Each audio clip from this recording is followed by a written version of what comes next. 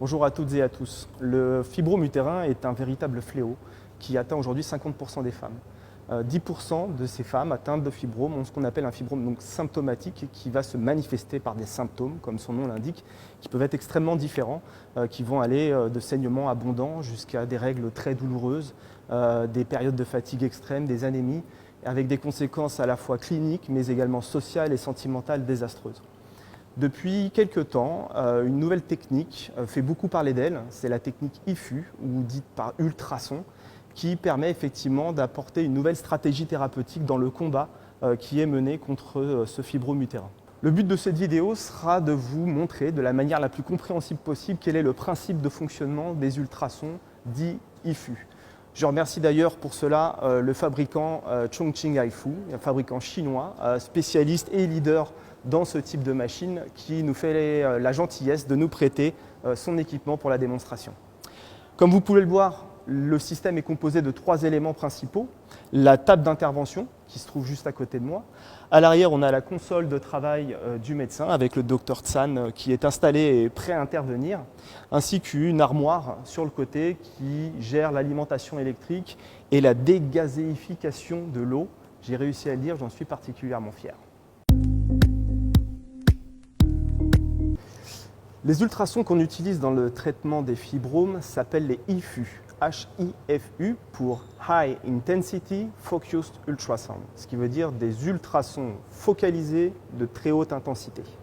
Dans le cadre d'un traitement des fibromes par IFU, la patiente s'allonge en fait tout simplement sur cette table. Elle s'allonge sur le ventre en présentant son ventre et de par le fait la zone à traiter, le fibrome, face à cette fenêtre de traitement. Ce qu'on peut voir ici en orange, c'est ce qu'on appelle le transduceur. C'est cette partie-là en fait qui va venir créer des ultrasons de très haute intensité. Pour vous donner un ordre d'idée, c'est le même principe qu'on aurait avec une loupe.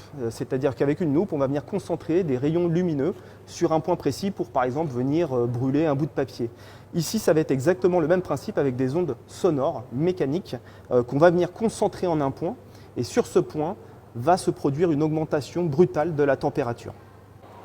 La patiente est allongée sur le ventre. Il est important de noter qu'elle n'est pas sous anesthésie générale, mais bien sous sédation modérée, c'est-à-dire qu'elle va rester consciente tout au long de l'intervention et interagir avec le médecin en lui faisant un retour en temps réel sur les sensations qu'elle ressent. Ce qui est extrêmement important d'ailleurs pour la réussite de l'intervention. Ces ultrasons qui se focalisent en un point donné vont donc délivrer énormément d'énergie sur ce point, sur quelques millimètres cubes, ce qui va avoir pour effet une augmentation brutale de la température à plus de 65 degrés. Cela provoque donc une coagulation des vaisseaux qui irriguent le fibrome et lorsqu'un volume suffisamment important est traité, une nécrose complète du fibrome. Voici donc en orange ce qu'on appelle le transduceur. C'est lui qui crée les ultrasons de très haute intensité. Pour information, ils sont 10 000 fois plus puissants que ceux qu'on a l'habitude d'utiliser dans les examens de diagnostic tels que chez les femmes enceintes. En revanche, au milieu, on va retrouver une sonde tout à fait classique d'échographie, comme celle qu'on utilise dans les examens de diagnostic, ce qui va permettre en fait au médecin d'être guidé pendant l'intervention et de définir les zones à traiter et celles à éviter en temps réel, ce qui est assez unique.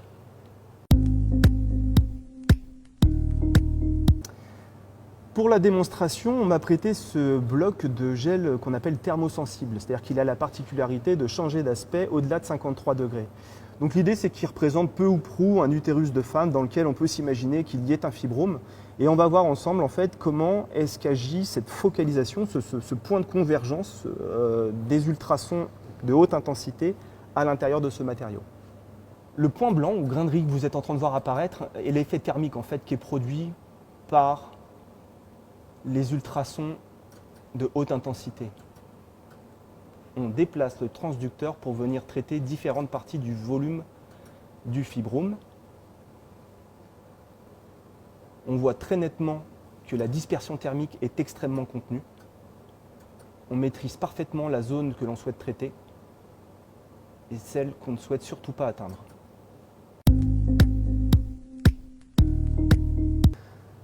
On va maintenant procéder à une nouvelle expérience pour démontrer la sécurité de ce dispositif IFU. Ce qu'on va essayer de vous montrer, c'est qu'hormis le point de focalisation, le point de convergence de ces rayons ultrasonores, c'est complètement sûr pour tous les organes qui sont environnants et qui ne seront pas du tout atteints par cette technologie.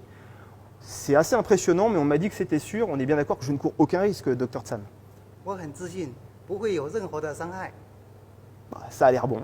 On va y aller.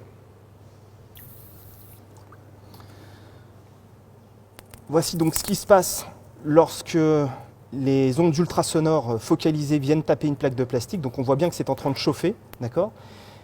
Et pour autant, si je passe ma main dessous, même doucement, je ne sens strictement rien. C'est complètement inoffensif, que ce soit pour les organes en amont ou en aval du point de focalisation. Donc extrêmement rassurant pour le praticien et la patiente. Voilà, c'est la fin de cette vidéo qu'on espère aura été instructive. N'hésitez pas à nous poser vos questions ou à nous donner vos remarques sur cette technologie IFU. À très bientôt.